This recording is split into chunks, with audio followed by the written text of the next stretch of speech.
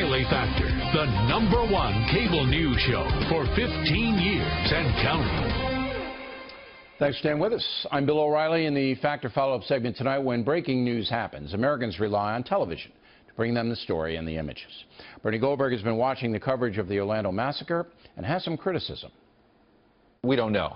As I say, hate crime, terrorism, there's a number of directions this is going to go, and we know political reaction will be based on what the FBI tells us. Should it matter? No. It's a terrorizing situation, no matter what.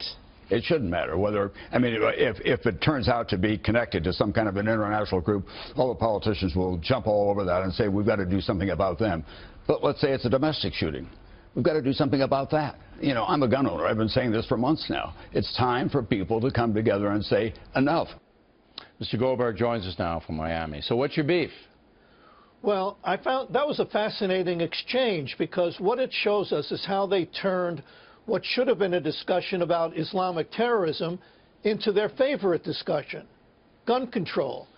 After Chuck Todd asked Tom Brokaw, should it matter what kind of terrorism it was, what Chuck was actually saying is, so many people are dead, does it really matter if it was this kind of terrorism or that kind? Sort of reminiscent of Hillary Clinton, you know, saying, you know, at that hearing, what difference does it make? Yeah, the Benghazi thing. Yeah, so then Tom Brokaw not only says, no, it shouldn't matter, which I found fascinating, but then goes on to say, the real problem is guns. And then he says, you got a problem, you get a gun. That's what goes on now, and it's got to come to an end, okay?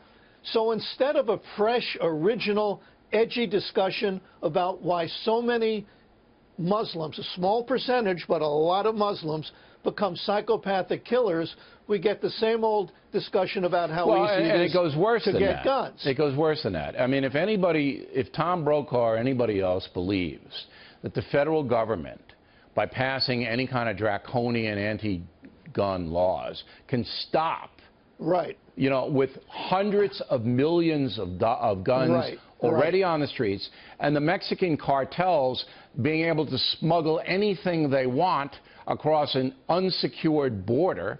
I mean, the gun black market. Right.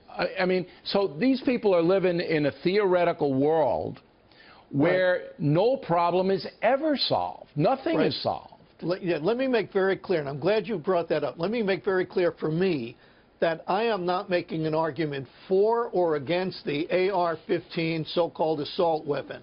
That's for experts to talk about. I'm not an expert.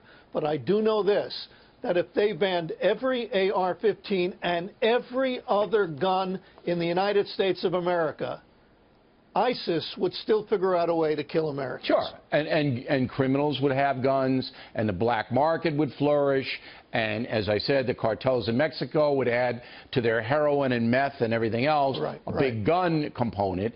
But, you know, you're not going to get through because it's an emotional issue. That's what it is. It's emotional. Every time Americans are gunned down in the streets, there's got to be an instant solution, because we live in an instant solution society.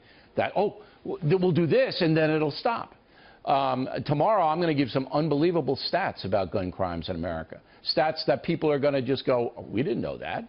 All right? That'll prove that this kind of left-wing reflex reaction is just BS. It doesn't mean a thing.